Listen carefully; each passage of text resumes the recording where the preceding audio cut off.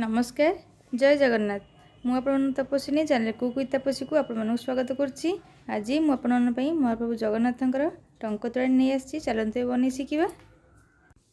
टंक तोराणी आमर आवश्यक अरुआ पखाल ये भात को काली पखाल नहीं अन्य सामग्री है दही दही मुझे 250 ग्राम नहीं आप जो अनुसार भात ने से अनुसार ने लेंबू पत्र धनिया पत्र भूषण पत्र लुण आवश्यक अनुसार आंब कषिया अदा जीरा गुंड लेंबू को ये स्लाइस कर किसी काटी नहीं आउ गोटे लेंबू को 2 फाड़ कर काटी चिपुड़िया आ कंचा लंका ये चलतु से अरुआ पखाल को ये हाथ में आम भलसे चकट नवा। चकट नेले आम पखाल जी पानी बाहर तार अधिक पानी मिसेकी तार ऊपर पानीटा खाली आम आम आवश्यक देखो भलसे चकड़ी गला एवं आम से जी आवश्यक 1 लिटर मुझे पानी मिसई ये पानी को आम अन्य गोटे जगह को नहीं जावा।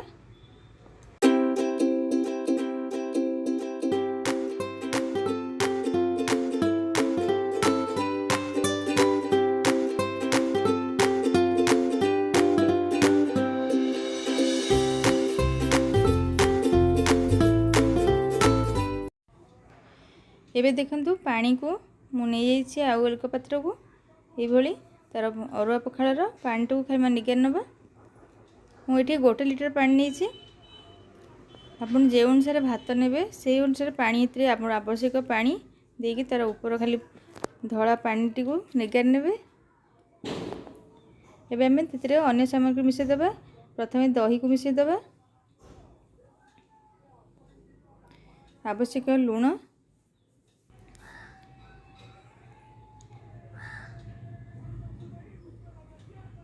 ये लेंबूर ये स्लाइस को ये पकई नवा और जो गोटे लेंबू को 2 फाड़ करते ये चिपुड़ नवा ये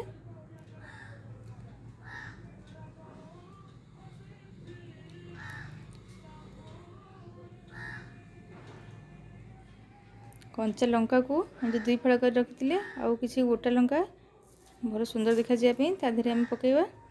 एबे लेंबू पत्र को हाथ में ये छिड़े पकई नवा।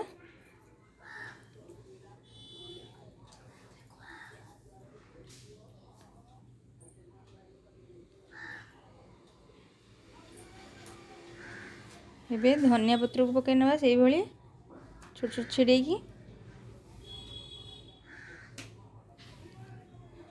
भूषण पत्र को भी से पकई नवा।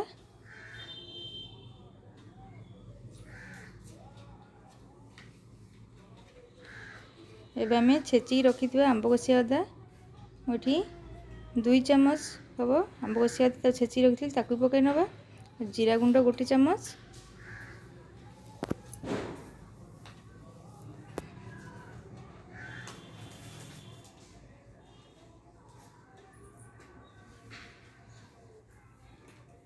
एबे आम सबू सामग्री क्षेत्र पकईदे एबे भलसे गोड़ाई नवा। एबे आमर प्रस्तुत हो गला टंक तोराणी। आपण माने घरे ये प्रस्तुत करी महाप्रभुंकर टंक तोराणी पी पारे आपण फैमिली मेंबर को भी पियाइबे। आउ एबे आम कौन करिया सबू पत्र आ लंका जो लेंबूर स्लाइस को पकई ये हाथ में आउ टे मकची नेले तार बास्नाटा से टंक तोराणी रहिबो। आपण माने तो जानछन्ती टंक तोराणी हमर टिके राग लागुथबो आ टिके खट्टा केते बहुत बढ़िया लगे। चलंतु एबे हम टंक तोराणी को माटी पात्र रे ढाल नबा। माटी पात्र रे टंक तोराणी रो टेस्ट आहुरी बढ़ी जाय थाए। आपण माने तो जानछन्ती श्रीमंदिर रे एई माटी कुडुआ रे हमर सब भोग लगे आउ भल भी लगी था टेस्ट भी बढ़िया आसता है। मुझे माटी कुड़े आपण मानक कर देखा ये माटी कुड़े आपण मैंने जदि पाखे आवेलेबल थाए ताले आप एमती करके घरे पी पारे। जदि भिडियोटी आपण मानक पसंद आसे तो लाइक शेयर सब्सक्राइब कर भूलिए। धन्यवाद।